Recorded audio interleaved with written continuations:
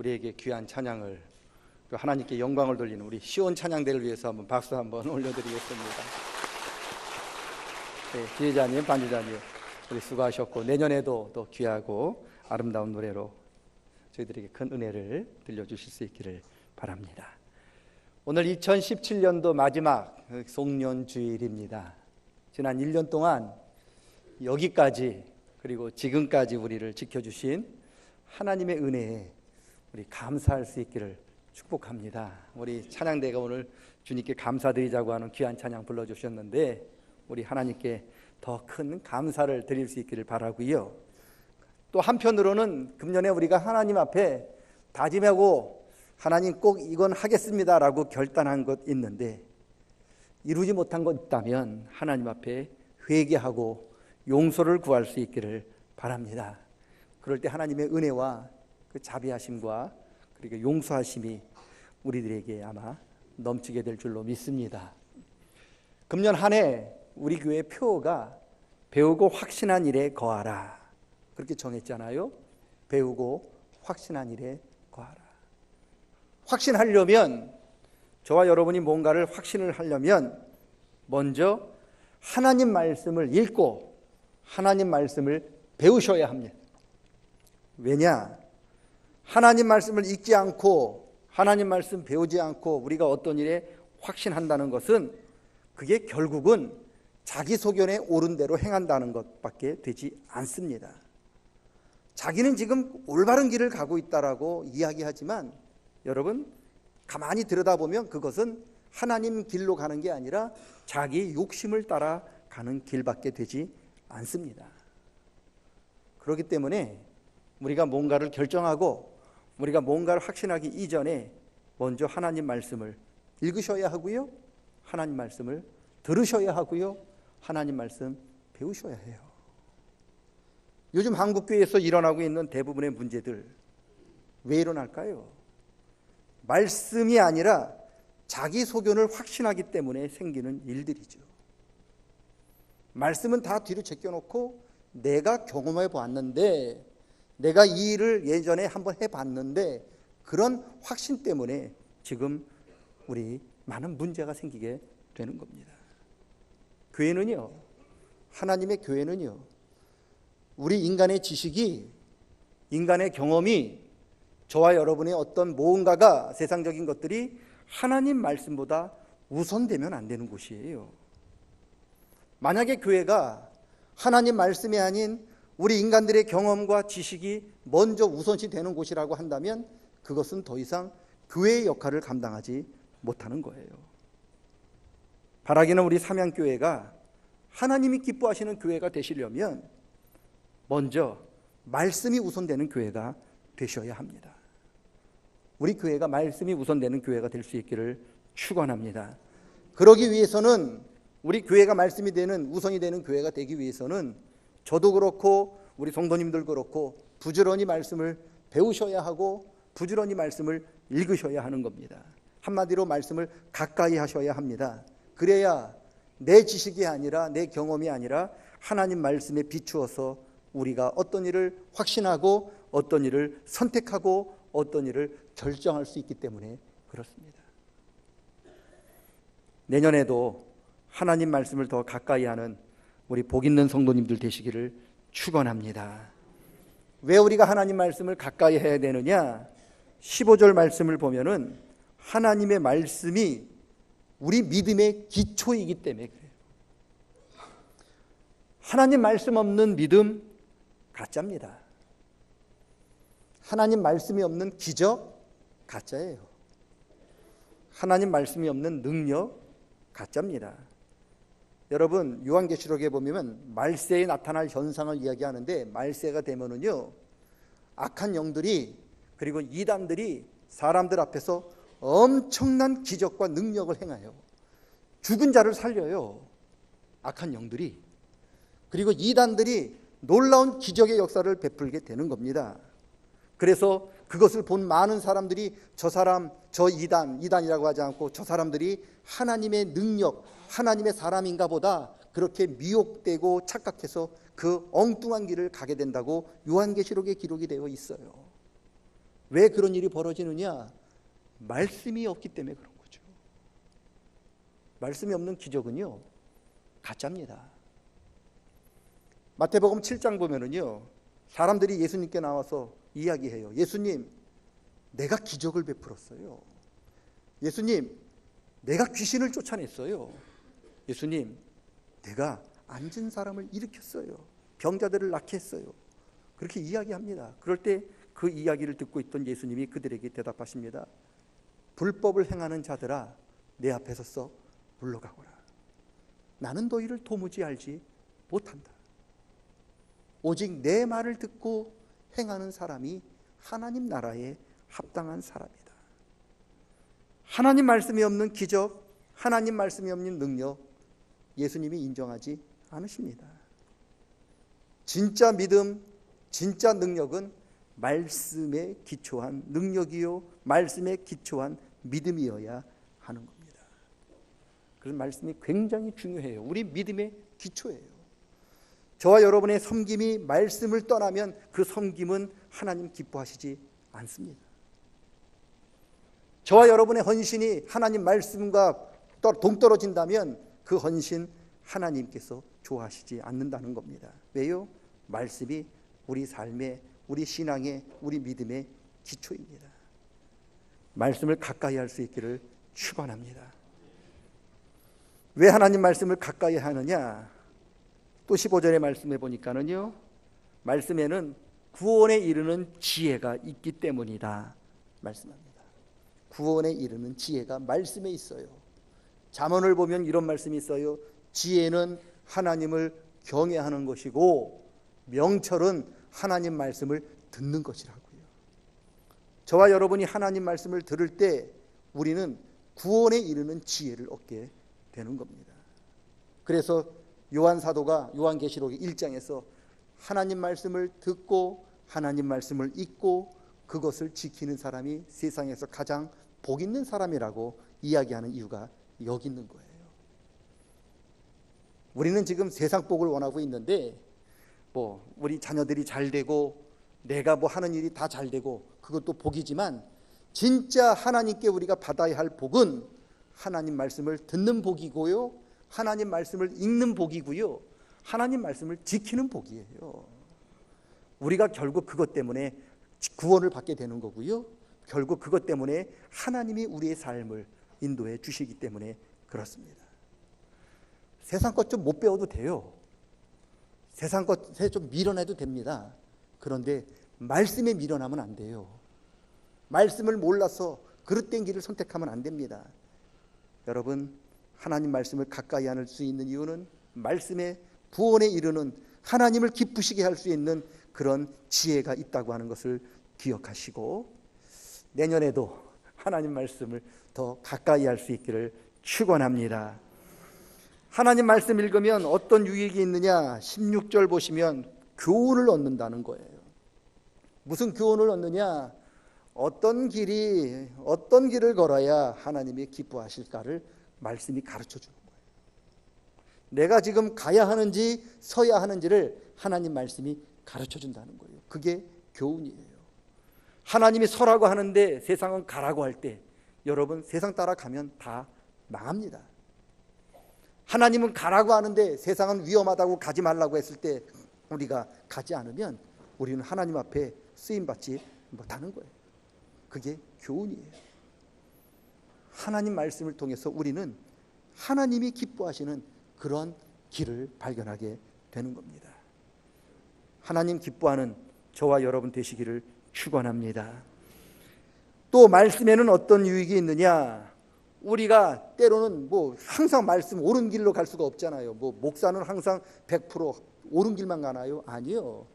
이 천하에 누구도 올바른 길, 제대로 된 길로 갈 수 있는 사람은 없습니다. 때에 따라서 우리가 그릇된 길로, 잘못된 길로 빠질 수도 있거든요.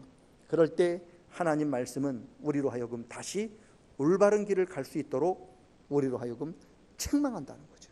야, 그 길로 가면 안 돼. 저 길로 가야지. 너 그쪽에서 돌이켜서 이쪽 길을 가야 돼 라고 가르쳐 주신다는 거예요.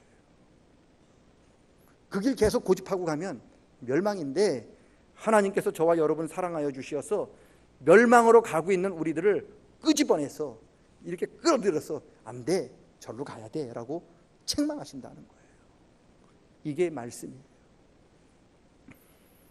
책망받기 좋아하시는 사람이 이 세상에 어디 있어요? 잘했다고 이야기 듣고 싶지, 누가 당신 그러면 안 돼요, 그 소리 듣고 싶은 사람이 어디 있습니까? 되도록이면 책망받지 말아야죠. 그런데 우리가 인간이기 때문에 책망을 들을 수밖에 없는 존재라는 것을 늘 기억하셔야 해요. 책망을 하실 때는요, 두 가지가 반드시 있어야 돼요. 내가 저 사람 보고 좀 이야기를 하고 싶은데 두 가지가 있어야 됩니다. 첫째, 사랑하는 마음이 있어야 돼요. 사랑하는 마음으로 하셔야 돼요. 반드시. 사랑하는 마음이 없이 그 사람한테 뭔 얘기를 하면 반드시 그 사람 넘어지고 실족합니다. 둘째, 말씀을 기준으로 해서 당신 말씀해 보니까 이렇게 됐는데 너는 말씀에서 이렇게 떠났습니다 라고 말씀을 기준으로 이야기를 해야 돼요. 내 기분, 내 경험, 내 지식으로 그분에게 뭔가를 설득하고 그분을 책망하면 반드시 그 듣는 사람이 실족하게 되어 있어요. 이게 왜 중요하냐? 예수님께서 뭐라고 그러셨느냐? 너로 인하여 연약한 자가 실족하게 된다면 차라리 연자맷돌을 쥐고 바다에 빠지는 게 낫다, 그렇게 이야기했단 말이죠. 나 때문에 내가 사랑하지 않는 마음으로, 내 기분으로, 말씀이 아니라 내 감정으로, 내 교훈으로 다른 사람에게 이러쿵저러쿵 얘기해서 그 사람이 나 때문에 낙심되고 실족하면 그 사람의 영혼을 하나님이 나에게서 찾는다는 거잖아요. 굉장히 중요해요. 그래서 반드시 사랑하는 마음, 반드시 말씀을 기준으로 이야기를 하셔야 돼요. 이 두 가지가 갖추려면 그 어떤 이야기를 하기 이전에 우리는 그분을 위하여 뜨겁게 기도한 다음에 이야기를 하셔야 하는 거예요. 중요합니다. 그리고 듣는 사람의 입장에서는 오해 없이 들을 수 있어야 우리 영혼이 삽니다. 하나님이 우리 장로님을 통해서, 하나님이 우리 권사님을 통해서, 하나님이 목사님을 통해서 나에게 이렇게 권면하시는구나 라고 듣는 사람이 바로 영생을 얻는 복이 있는 사람입니다. 하나님이 얼마나 재미있으신 분인지요, 민수기를 보니까요, 발람이라는 사람 이야기가 나와요. 발람이 하나님께 쓰임받는 선지자, 가짜 선지자죠. 하나님께서 이스라엘 백성을 저주하지 마라 그랬는데 이 나쁜 왕이, 모압 왕이 자꾸만 너 이스라엘 백성 저주하면 엄청난 보물을 줄게, 재산을 줄게 그러니까 자꾸만 그 돈이 욕심이 나서 이스라엘 백성을 저주하고 싶거든요. 이렇게 그들 좀 안 되게 해달라고 기도하고 싶은데 하나님이 계속 막으셔요. 근데 나중에 하나님이 이렇게 좀 허락하셔요. 그래서 발람이 나귀를 타고 지금 가고 있는데 하나님께서 천사를 보내셔서 발람을 죽이려고 하는 거죠. 욕심에 눈이 어두워진 발람은 천사가 지금 자기를 죽이려고 하는 것을 보지 못했는데 글쎄 미련한 나귀가, 동물이 그 하나님의 천사를 본단 말이죠. 그래서 가면 죽으니까 나귀가 막 안 가잖아요. 그러니까 이 나귀가 왜 안 갈까? 막 나귀를 때려요. 빨리 가자고.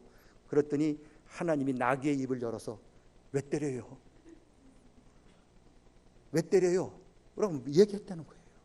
지금 천사가 보이지 않아요. 내가 가면 당신 죽을 것 같아서 내가 안 갔는데 당신 생명을 살려준 나를 왜 때려요? 그렇게 이야기했다는 거예요. 여러분, 하나님은 나귀를 통해서도 우리에게 책망을 주셔요. 우리는 때로는 하나님이 바람 소리로 우리에게 하나님의 뜻을 전하기도 하고요, 때로는 하나님께서 음악 소리로 우리에게 찬양을, 우리에게 말씀해 주시기도 하고, 때로는 하나님께서 친구들의 대화 가운데 아니면 설교 시간 가운데 하나님께 음성을 우리에게 들려주셔서 우리로 하여금 그릇된 길에서 깨닫게 해 주신다는 거예요. 이것을 듣는 귀가 있는 사람이 복 있는 줄로 믿습니다. 하실 때도 조심해야 되고 들을 때도 믿음으로 들을 수 있어야 우리가 건강해집니다. 17절 말씀해 보니까 하나님 말씀 듣는 사람은 그 듣는 사람을 온전한 하나님의 사람이 되도록 만들어 주신다는 거예요. 여러분, 하나님의 일꾼은, 온전한 하나님의 사람은 저절로 되는 게 아니에요. 그저 왔다 갔다 교회 30년 다녔다고 하나님 일꾼 되는 게 아닙니다. 하나님의 일꾼이 되려면은요, 말씀으로 엄청난 훈련을 받으셔야 되고요, 엄청난 그런 연단을 받으셔야 되는 것이지, 그저 가만히 놔두면 시간 지나가면 우리가 저절로 하나님 일꾼 된다고 생각하시면 안 됩니다. 여러분, 믿음으로 제대로 훈련받지 못한 이스라엘 백성들은요, 출애굽을 떠났어요. 하나님이 약속하신 가나안 땅을 받았어요. 그런데 가나안 땅 들어간 사람이 한 사람도 없었어요. 왜요?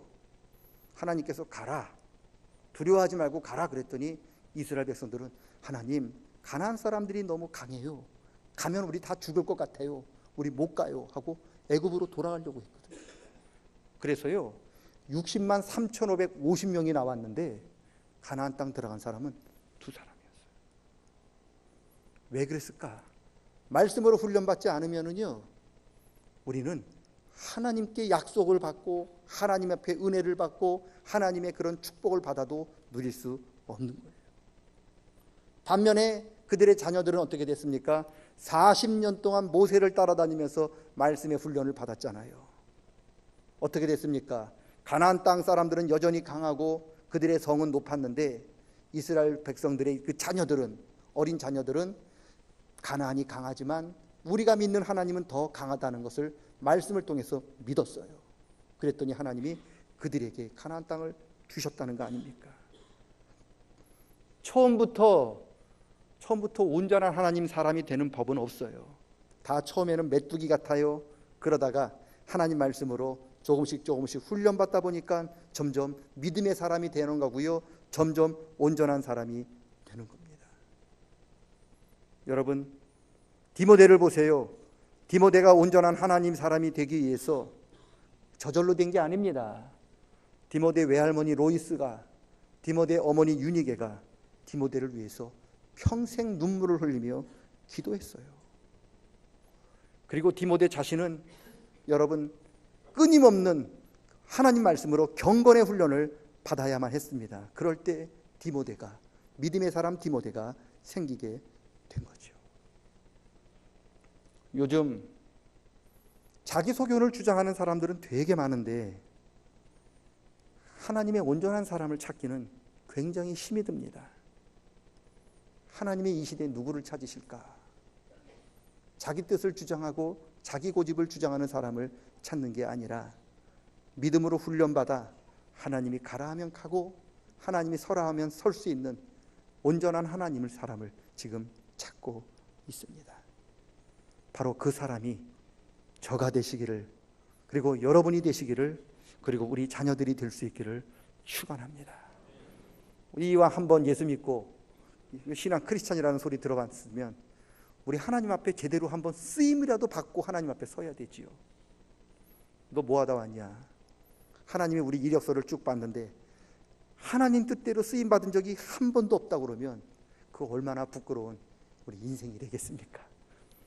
한 번도 좋으니까, 하루라도 좋으니까 시편 84편 기자처럼 하루를 살다라도 하나님 문지기로 하나님께 쓰임받고 싶습니다라고 기도했던 그분처럼 하나님 앞에 제대로 한번 쓰임받는 온전한 하나님 사람이 될 수 있기를 축원합니다.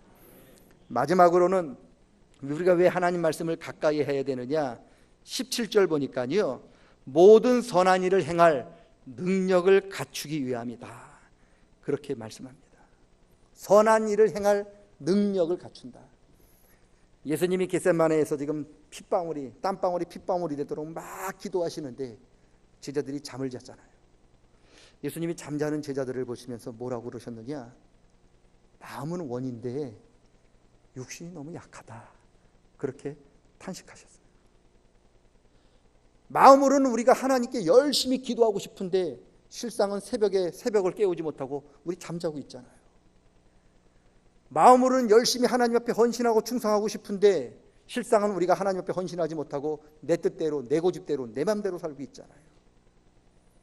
마음으로 열심히 하나님 길을 따르고 싶은데 실상은 우리가 하나님 길 따르지 않고 내 소견에 옳은 길을 따르고 있잖아요. 왜 마음은 그런데 왜 실제는 그렇게 다를까요? 우리가 선을 행할 능력이 없기 때문에 그래요. 마음속에 있는 그것을 행할 능력이 없기 때문에 그렇습니다.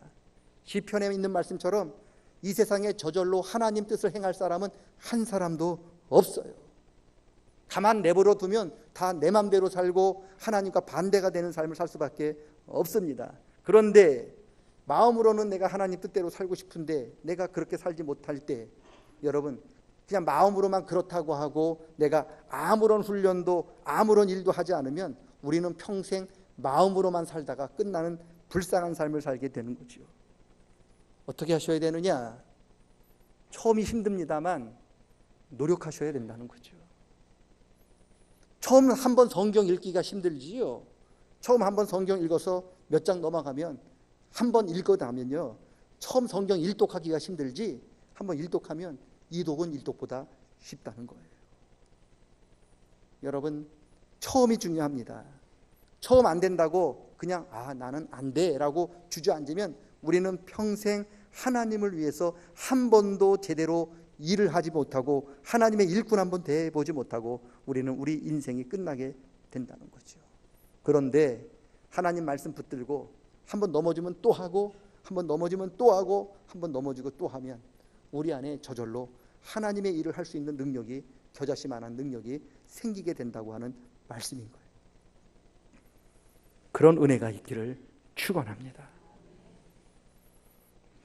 말씀은 믿음의 시작이라고 말씀드렸고요, 하나님의 일꾼이 되는 비결도 말씀부터 시작한다고 말씀합니다. 하나님의 사명을 행할 능력도 결국은 말씀에서 주어집니다. 말씀 떠나면 우리는 아무것도 할 수 없다고 하는 것을 기억하시고, 금년 한 해 배우고 확신한 일에 거하자. 이 표어는 금년으로 끝나는 표어가 아니라 우리가 하나님 앞에 설 때까지 반드시 붙잡아야 할 그런 말씀임을 기억하시고, 말씀의 은혜가 우리 삶 가운데 충만하게 거하시기를 주의 이름으로 간절히 축원합니다. 한번 따라합니다. 배우고 확신한 일에 거하자.